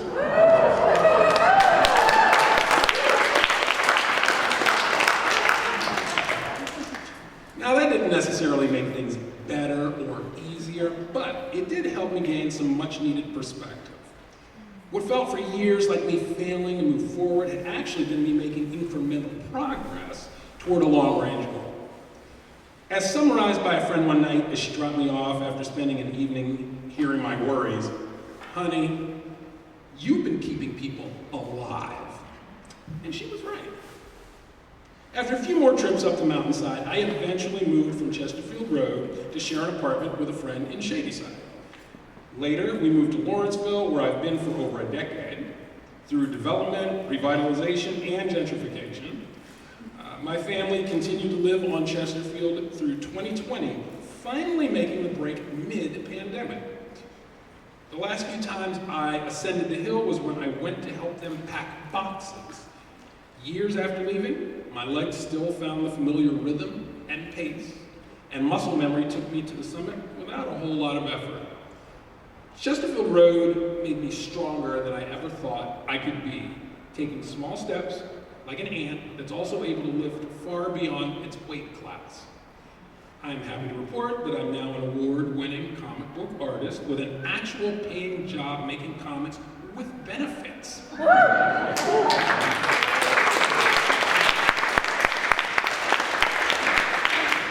By my math, those numerous small steps for a Pittsburgh kid added up to a pretty big leap for local cartoonists. Addendum, October 2020. Just a couple days ago, I discovered something that prompted me to rewrite the ending of this recollection to bring it fully into the present. But first, let me tell you about a specific comic strip that's been stuck in my memory for years. In one storyline from Peanuts, Snoopy took his best buddy Woodstock on a nostalgic pilgrimage to the Daisy Hill Puppy Farm, the place where he'd been adopted by Charlie Brown, aka the little round-headed kid. On the way, he recounted what his life there had been like with his siblings, and the trip took several installments. When they finally arrived, Snoopy discovered, to his dismay, that the puppy farm had been paved over and replaced by a parking lot. In a fit of rage, the beagle screamed through word balloons, "You're parking on my memories!" I was on a bus earlier this week, riding through Oakland up the bus lane on Fifth Avenue. And as is my habit, I glanced up Chesterfield Road, thinking ahead to tonight's reading event, and hoping for a refresher glimpse of my old stomping grounds.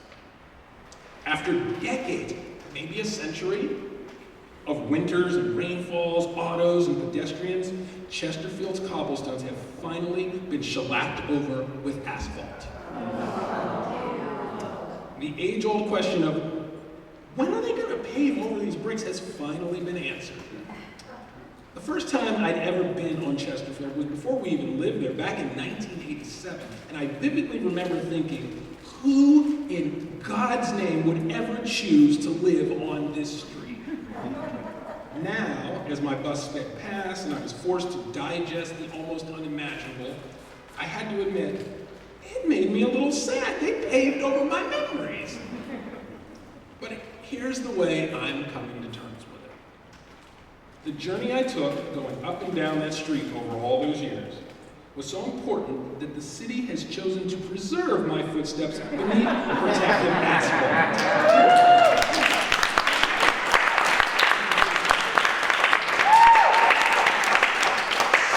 If you pass by Chesterfield Road sometime, please remember that a lot of important, bittersweet memories of yours sealed away and waiting to be uncovered in a few months by the street's first ever winter potholes.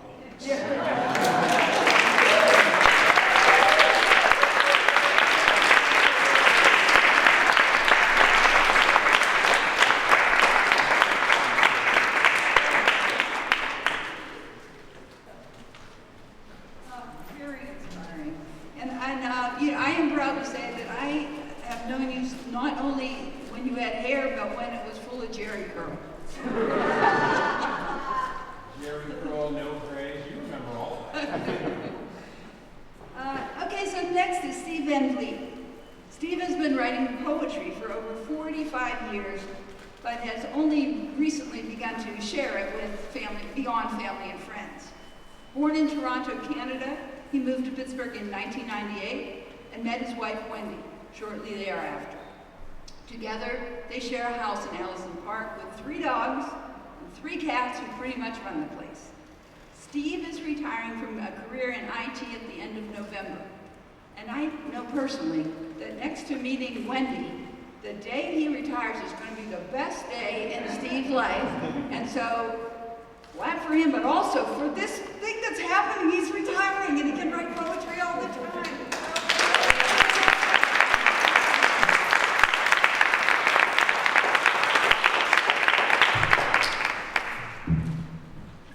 Okay, I'm too short to stand behind this podium. Most days I'm too short for a lot of things, but I think that's a different reading, so we'll stick to the Pittsburgh one tonight. I have 3 poems tonight. They all rhyme, and they're all loosely based on a true story and then greatly embellished, which I believe is called poetic license. So this first poem is really about a life-changing event for me, and so let's get started. When they opened the new rink, the one in Mario's name, I stood there in awe, surrounded by his fame. I felt like a kid again, maybe 7 or 8. I decided then and there to learn to skate. I headed straight to Dick's and got a new set of Bowers, the goaltender kind, just like the flowers. I opened my calendar and I set a date. I made a commitment to learn to skate. And when that day came at last and I took to the ice, I knew this old body would pay a price. And of course, I fell stepping out of the gate, but I had begun to learn to skate. And you know, I had wanted to do this like forever. I always said, someday, which always meant never. But I was almost 50, so I took the plunge, soaking it up like a sponge. So it goes to show, it's never too late to learn to skate. I stood by the boards and clung to the glass. I let dozens of other skaters pass, all jostled me at a furious rate. I thought, this might be a bad idea to learn to skate. But eventually I made it once around the rink. My legs were like rubber and my face was pink. I went back the next day, I couldn't wait. I was determined to learn to skate. Some years have passed since I planted that seed, and I actually play hockey now, just not at Crosby speed. But 3-4 times a week, so there's no debate. Best thing I ever did was to learn to skate.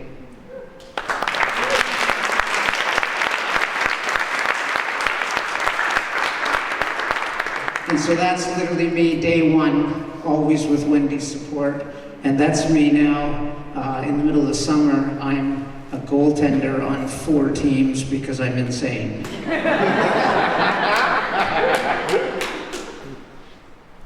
All right, when I first moved to Pittsburgh, I was still an application developer. And one of my first assignments was out at a client site in South Point.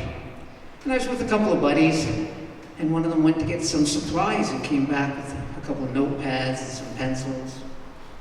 And he held up a pen like that, and he looked at me, he knew I was a poet, and he said, "Why don't you write a poem about stealing clients' pens?" And I thought, that's ridiculous.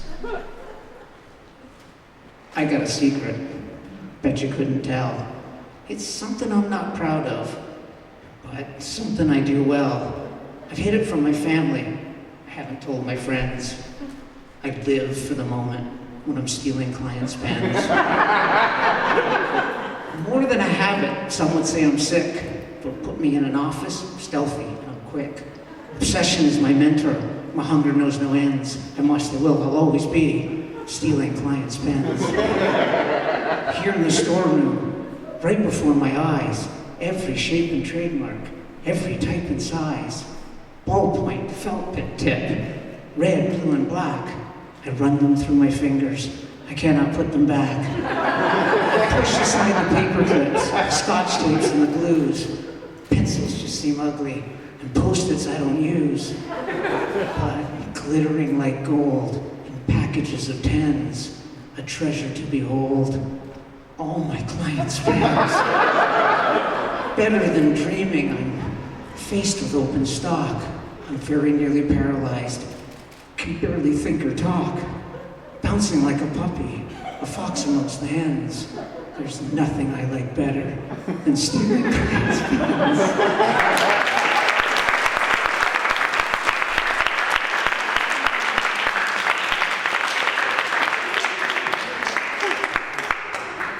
Okay, last one.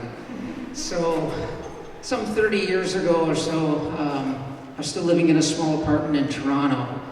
And one day I woke up, much to my dismay, to find a fat cockroach on my face. So I did the only thing anyone in that position would do. I wrote a poem about it. In a very roundabout way, this is the sequel. Okay. We had to travel several hours just to reach Ohio Pile. By the time we got our tent set up, it had been dark for a while.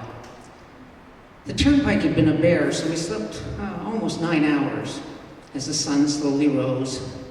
So did we, and prepped for the showers. We grabbed some soap and our terrible towels, of course, and slowly opened the tent. We stuffed some fresh clothes into a knapsack, yawned, and away we went. Now, the showers were nearby, but they were also outdoors. They had wooden walls about 10 feet tall, with stepping stones as floors. We each found an empty one and wasted no time getting in. A sign in each stall that said, "1 person only," actually made me grin. I noticed the shower curtains were all new, but the faucets were old and drippy. I was glad I had my flip-flops so I could see the stones were slippy. I eased into the water, and the spray was warm and gentle. It was a private oasis, both physical and mental. It felt so good, in fact. I washed at a real leisurely pace. That is, until a giant mud wasp landed, where else? On my face. In a panic, I reached out to where my towel was hung, but the wasp also panicked. And boy, did I get stung. He got me flush on the cheek. Tell you what, it hurt like hell. Half-inch below my left eye, where it started to swell. Almost blinded by the pain, I could feel myself totter. I grabbed the sidewall for support and lurched from the water. I staggered from the showers out onto the main road. Bare-assed except for a bit of soap, stooping and pigeon-toed. A crowd quickly gathered. Some people laughed. Most just because, how do I say this the right way? Way too much was being shared. And I forget what comes next. I'm sorry.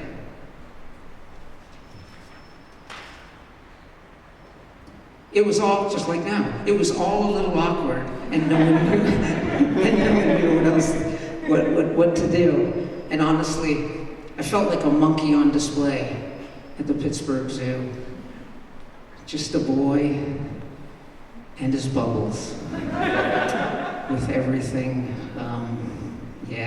shrinking. After a moment, I said, "Yinzer Nebby," without even blinking. Into the great, into the great outdoors. When it rains, baby, it pours. Into the wild, wildly. To say I was not a happy camper is putting it mildly. That's it for me.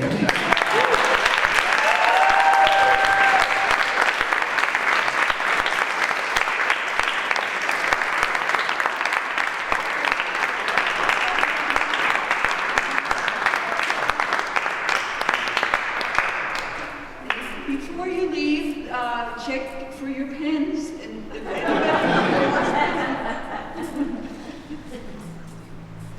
Next up is Langston MacDiarmid. Langston MacDiarmid was born and raised in Pittsburgh with family connections in Philadelphia, VA as well. He now lives in Queens, New York, where he works as a product design engineer by day and a stand-up comic by night. Someone must have advised him not to quit his day job. He also markets his line of self-watering planters made from repurposed jars and requests that if you order one on Etsy, choose something other than the tomato sauce jar planter. He ran out of empty jars and had to buy more, and now his freezer is full of tomato sauce. So, let's just give a big round of applause for Langston MacDiarmid.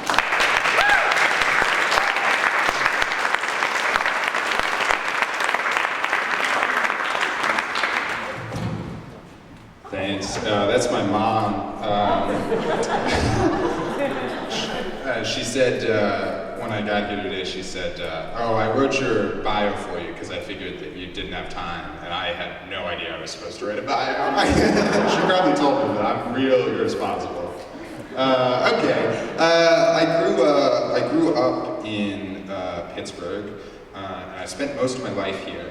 But I was a kid the whole time, so I feel like those are kind of get half credit for those years. You know what I mean? They're not really real.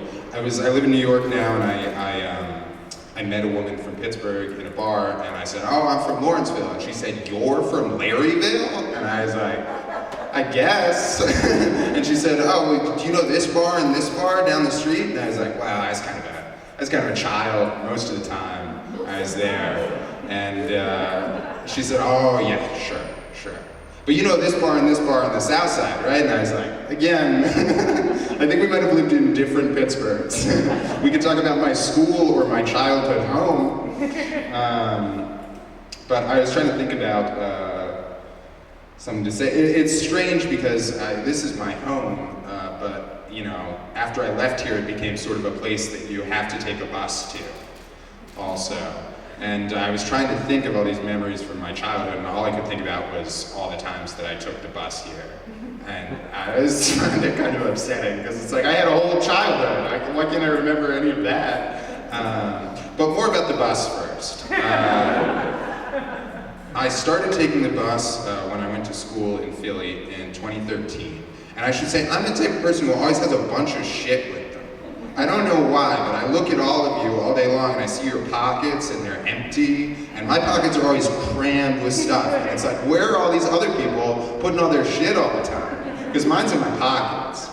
So when I came home, I would bring a backpack, and then I had an enormous duffel bag, and I would pack it with clothes and books and food and all this stuff until I had like another man that I had to carry home, right?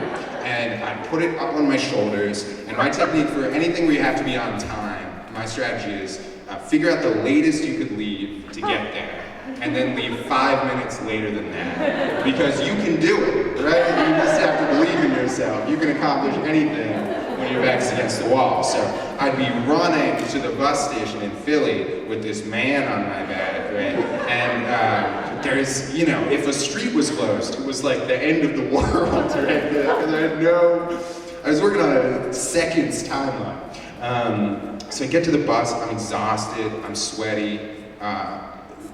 You get on the bus, I normally took the mega bus. It's designed for a person who's maybe like 5'3", 75 pounds, right? There is no way for me to be comfortable on a mega bus. So I figured out early on, the best thing you can do is sleep the whole time, because that's the closest you can get to not existing, right? So I'd always take the red-eye bus, the overnight mega bus. When I came from Philly, it was like 6.5 hours. Coming from New York, like 9, right? So I get on the bus, and immediately I try to go to sleep. The problem with the bus is it's always vibrating. There is no stability on a bus, right? So you can put your head back on the headrest, and you just kind of bounce along like that. You can put your head on the window, and then you kind of go like, it's like, I have like the brain of a linebacker from trying to sleep on the bus.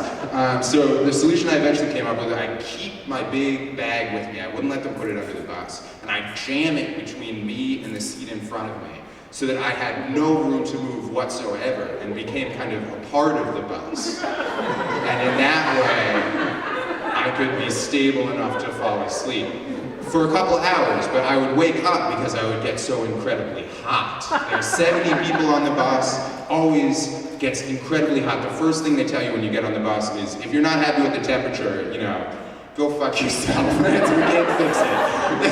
And the Wi-Fi doesn't work.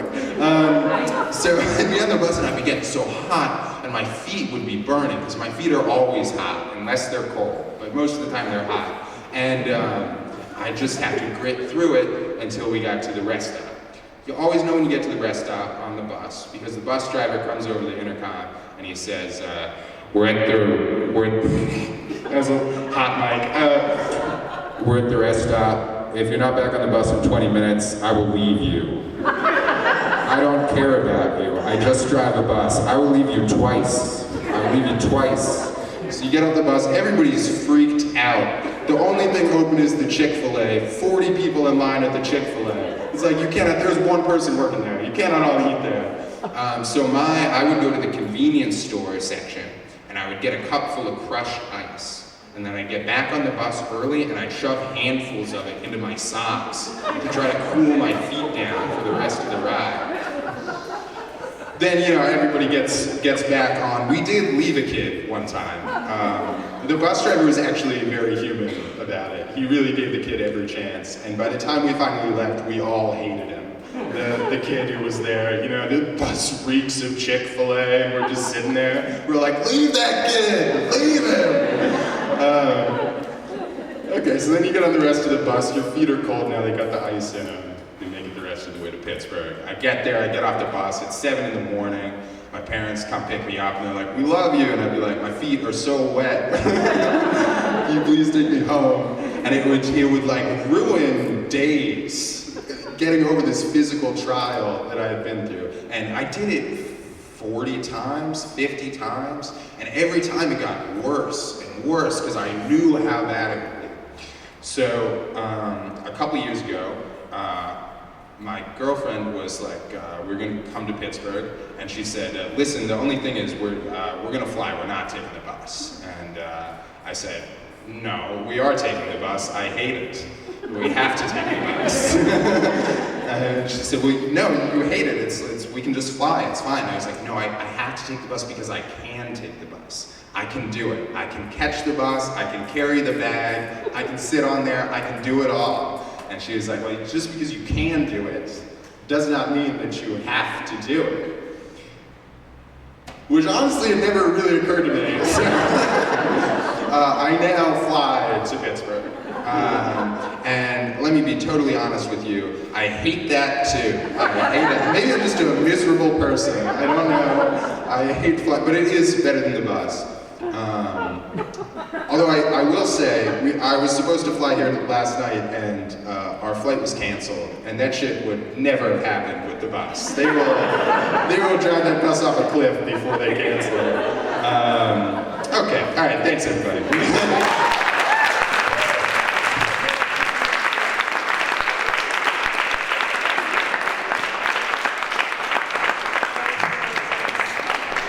Yes, he is my son, and I'm very proud.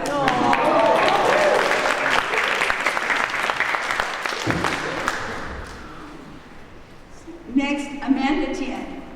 Someone I have only met tonight, and I'm so happy to have her on the program. Amanda grew up on the move as the daughter of a military officer and a teacher with a love of service and adventure. She's currently pursuing an MFA in fiction at the University of Pittsburgh, where she also teaches and serves as the managing editor for the transnational feminist literary journal, Asterisks. Her work, she also gives her, I'm not going to read out her email,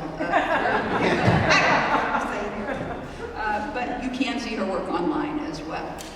And I'm always excited when I'm introduced to a new person's work, and I'm excited to have Amanda here with us today. So that warm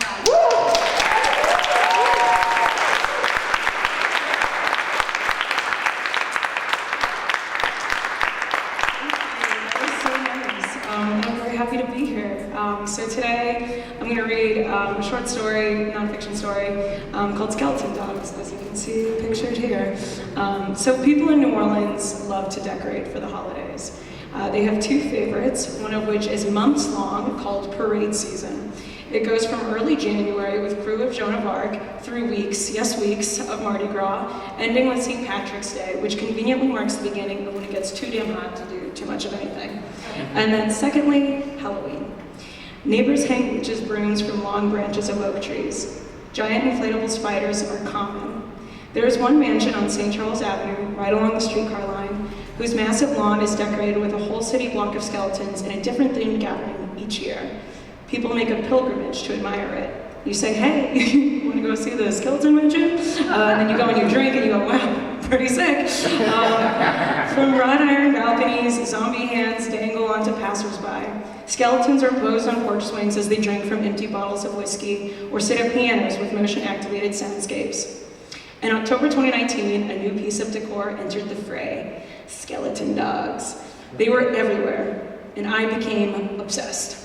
There were these chihuahuas with light-up eyes, and Dobermans that howl, and imposable German shepherds and retrievers that always had that like dopey smile, even as skeletons.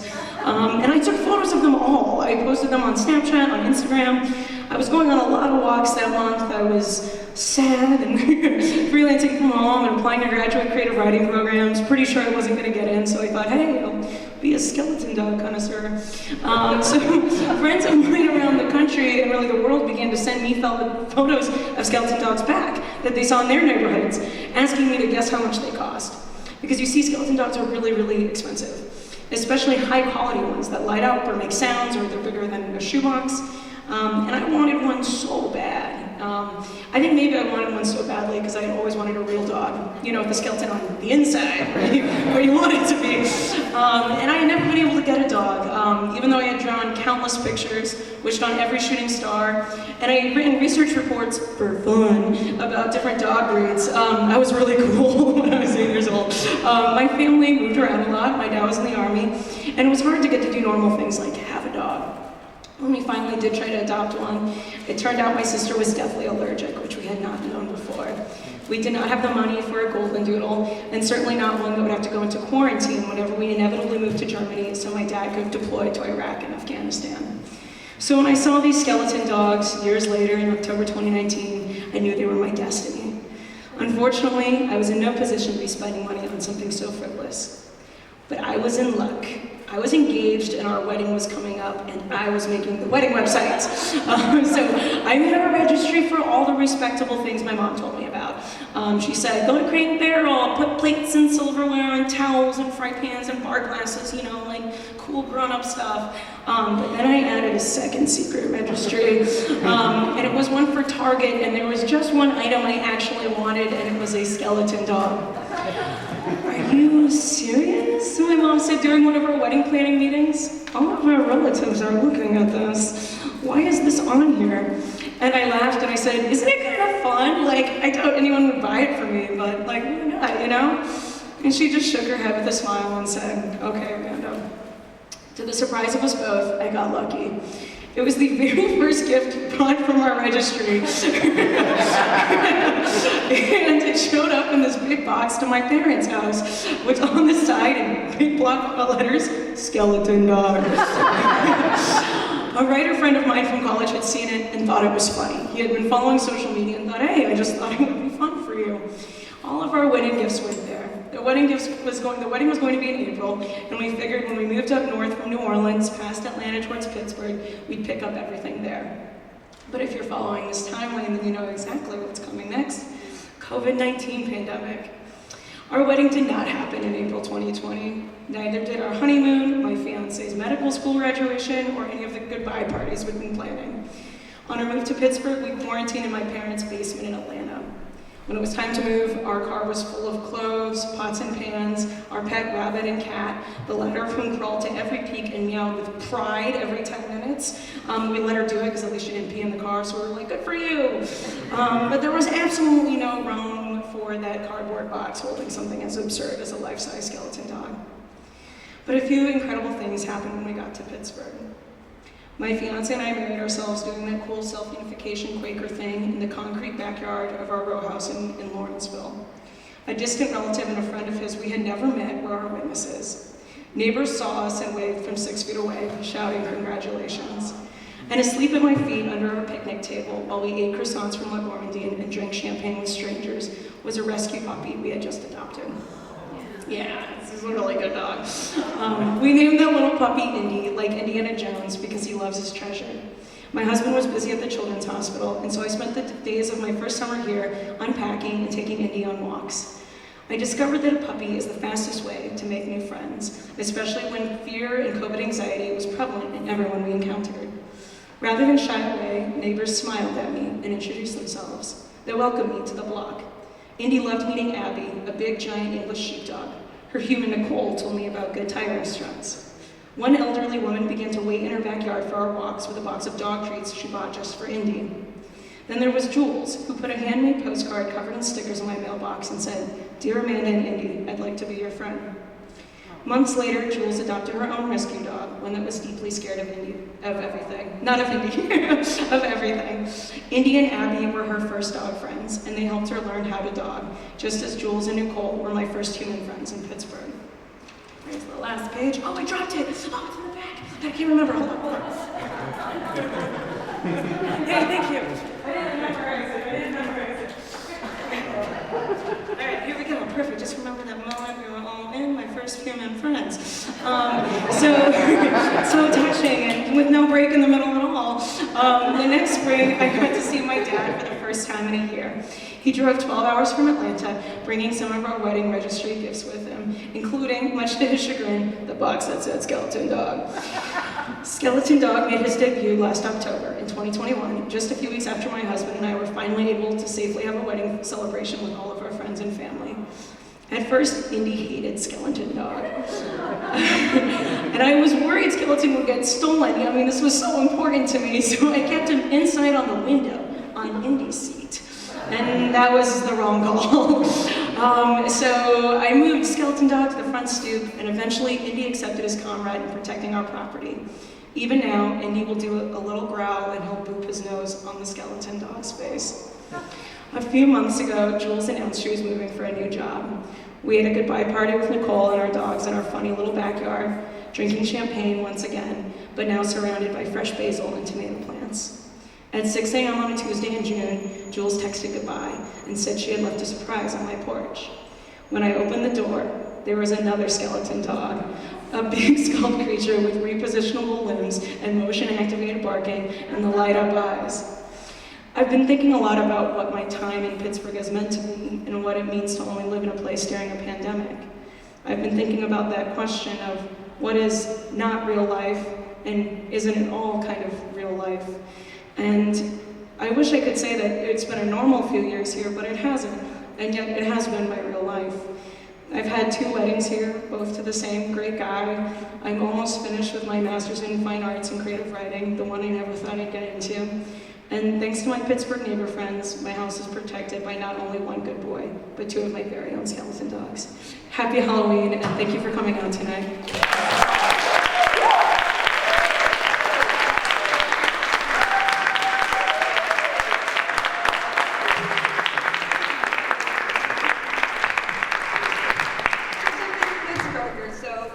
We're so happy to have you. So I just want to, we're going to bring our promptologist up. We've got to bring the evening to an end. We have a few prompts, but first I want to thank everybody who's made this possible. Albert, I didn't thank you for doing our slides. Thank you so much.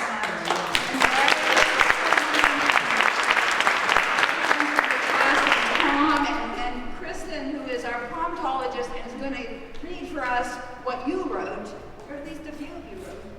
Go for it.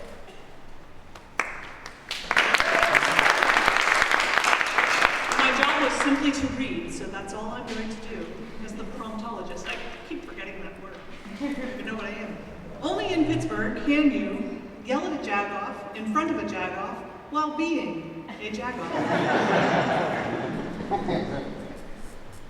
Only in Pittsburgh can you help cover a bridge named after an artist, Warhol, in yarn.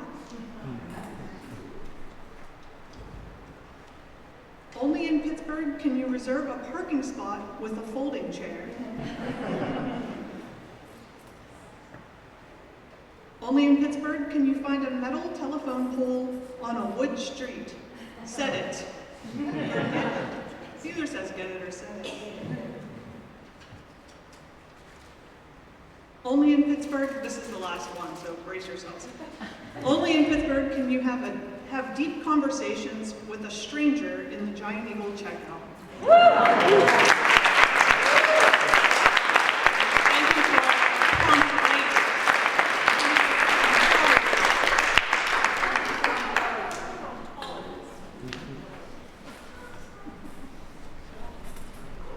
That's it.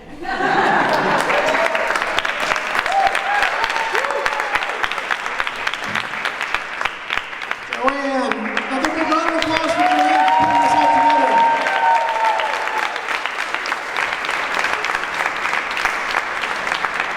And a thank you to our gallery attendant tonight and to Divika for hanging out. And if everybody could please, your trash and your bags from chips and stuff, if you could please throw those away, that would help us greatly tonight. So thank you, and have a good night, everyone.